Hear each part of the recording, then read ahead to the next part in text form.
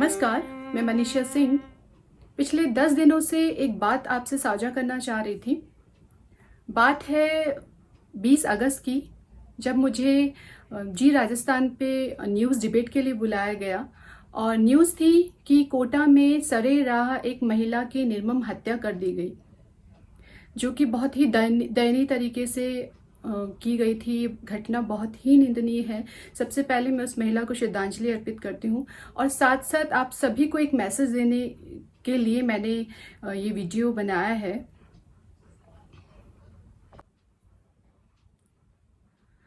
नमस्कार, मैं मनीषा सिंह।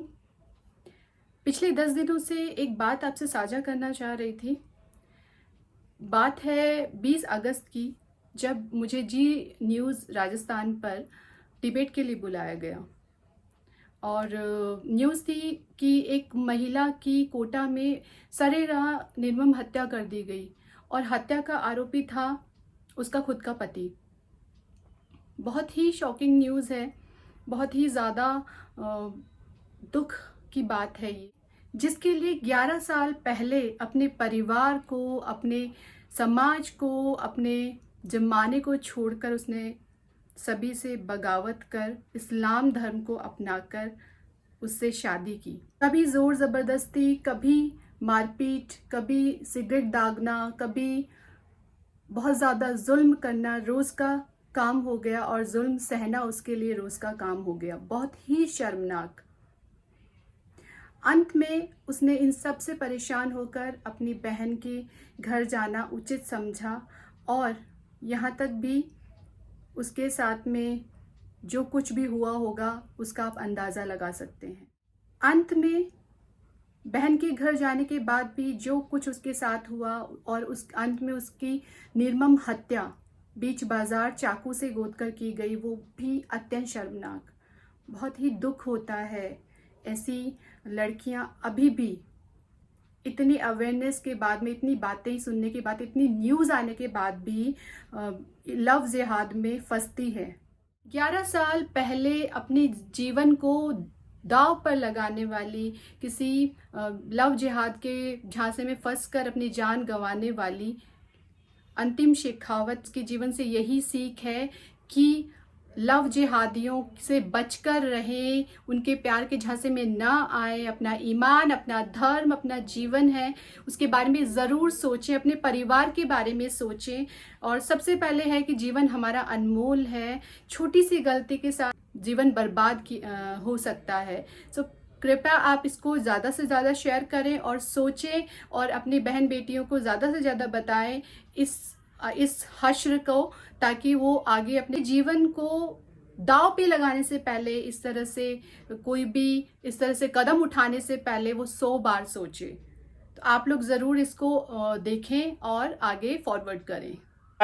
तो ये तो 100% जिहाद है और ये जिहाद पूर्णतः चारों तरफ काम कर रहा है। हाँ, ठीक है सर। अब मीडिया ने अगर ये आवाज उठाई है, स्वामी जी आऊंगा, और कुछ मेहमान उनके पास चलता हूं। मैं आपकी बात समझ गया, इसका जवाब लूंगा। सैयद असगर अली साहब, इसका जवाब आप दीजिएगा, लेकिन इसके अलावा और मेहमान है मनीषा जी मेरे साथ जुड़ गई है, सोशल वर्कर। मनीषा जी, स्वागत है आपका। मैं आपके पास आ रहा हूं, ये बताइए, ये वाकई में प्यार होता है या फिर एक एजेंडा होता है? बच्चियों को फंसाइए, उनका इस्लामीकरण करिए, उनका धर्म परिवर्तन, नाम तक बदलवा दीजिए, और इसमें तो हत्या तक कर दी गई।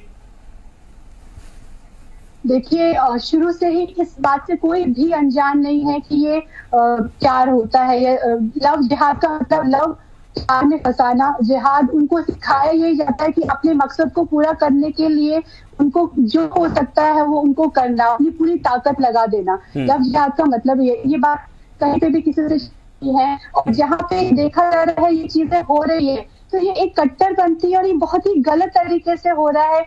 क्यों? अगर लव है, कहाँ पे अगर प्रेम होता है तो वहां पे ये सब चीजें नहीं होती है, कोई जबरदस्ती नहीं होती, कोई ताकत नहीं लगानी पड़ती। जब अगर ताकत लगानी पड़ रही है, वहां पे जबरदस्ती उनका धर्म परिवर्तन करना पड़ रहा है, वहां पे जबरदस्ती उनको खिलाया पिलाया जा रहा है मांस मदिरा, और जबरदस्ती अगर कहीं पे ताकत लगानी पड़ती है तो वो इतनी जिहाद है और वो बहुत ही गलत है।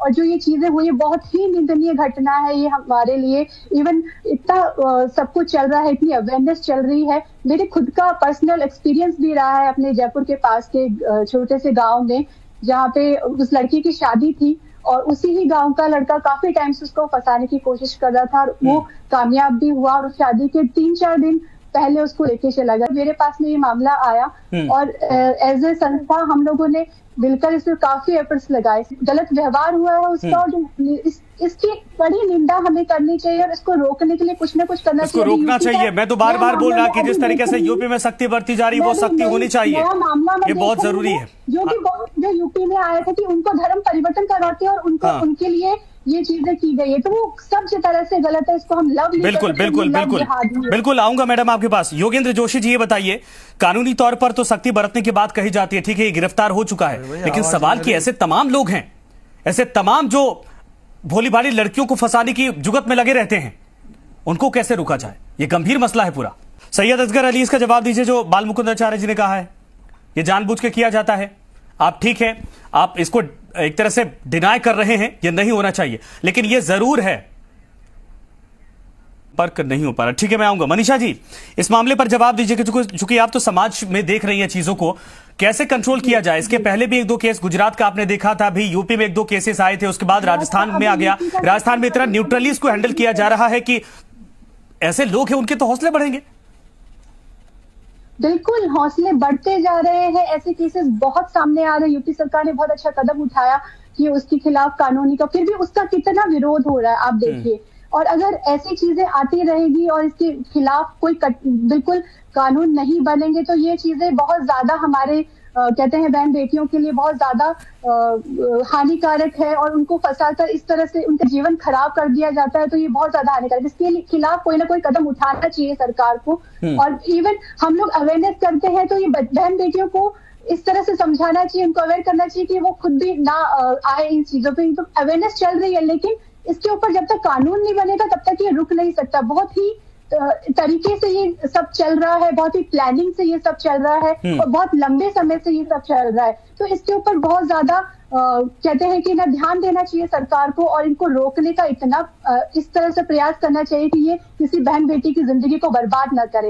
एज ए संस्था मैं इसको कहती हूँ कि हमें अवेयरनेस चलाना चाहिए, संस्थाओं को अवेयरनेस चलाना चाहिए, बहन बेटियों को समझना चाहिए, उनको अवेयरनेस क्यों? ऐसे लोगों पर सख्ती से कार्रवाई हो। सवाल ये कि इस देश के भीतर एक ही कानून होगा भाई, वो संवैधानिक तौर पर। अगर कोई धर्म परिवर्तन करवाता ये अपने आप में गुनाह है, अगर कोई किसी को गुमराह करके शादी करता है ये अपने आप में गुनाह है। ऐसे लोगों को चिन्हित किया जाना चाहिए, दंडित किया जाना चाहिए।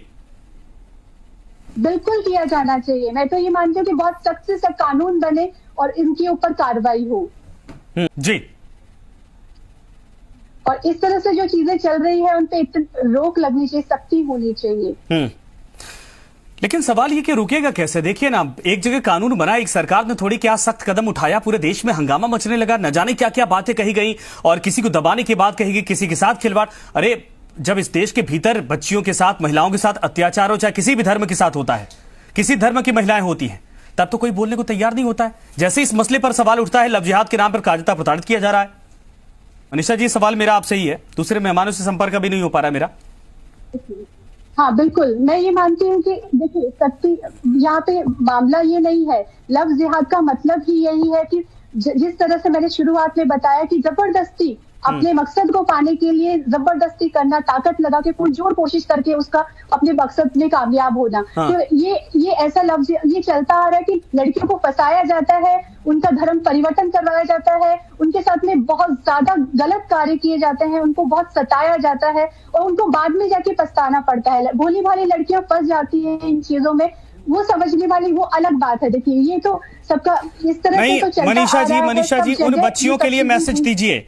मनीषा जी, उन बच्चियों के लिए मैसेज दीजिए जो भोले भाले चेहरों के पीछे बैठे दरिंदों को समझ नहीं पाती हैं और जाकर फंस जाती हैं। बिल्कुल बिल्कुल, मैं उनको यही मैसेज देना चाहूंगी कि प्लीज आप आगे से जिस तरह से आप जिससे जुड़ते हैं उनके बारे में पूरी जानकारी लीजिए। आप अभी मतलब 18 साल के बाद में हम वोट देने के लिए वो हो जाते हैं। कई बच्चियां ऐसी है कि 18 साल से पहले फंस जाती है, चलो वो तो बहुत ज्यादा मासूम होती है, लेकिन आप 18 के साल के बाद में जब आपको अपना सत्ता चुनने का अधिकार मिल जाता है तो कम से कम अपनी लाइफ के लिए, अपनी जिंदगी के लिए, अपने जीवन साथी को चुनने पे आप इतना ज्यादा ध्यान लगाइए, इतनी ज्यादा खोजबीन कीजिए। और ऐसे लोग जो फंसाने के चक्कर में आते हैं तो पूरा इस तरह से ना फंसे, हमेशा अच्छी अपनी सोच विचार करके इन चीजों में आए। ये आपकी पूरी जिंदगी का सवाल होता है। एक छोटी सी गलती के कारण आपका पूरा जीवन बर्बाद हो सकता है, आपकी पूरी जिंदगी खत्म हो ही गया। वो बच्ची 11 साल पहले जो सपने देखी थी वो तो चौपट हो गया, उसके जिंदगी को भी खत्म कर दिया गया। दो छोटे छोटे बच्चे वो भी अनाथ हो गए। ठीक है मनीषा जी, समय खत्म हो गया। आप सभी का धन्यवाद। योगेंद्र जोशी जी के पास मैं बिल्कुल नहीं जा पाया क्योंकि संपर्क टूट गया था, लेकिन बेहद गंभीर सवाल है। अगर ये वाकई में षड्यंत्र के साथ किया जा रहा है तो ऐसे लोगों को चिन्हित किया जाना चाहिए। योगी सरकार की तरफ से जो कदम उठाए गए थे पूरे देश में एक नजीर वो बनी थी, और जो भी ऐसे कर्मकांड में हैं उनको उसी तरीके से सजा दी जानी चाहिए ताकि दोबारा किसी बच्चे को फिर से गुमराह करके लव जिहाद ना कर पाए। नमस्कार।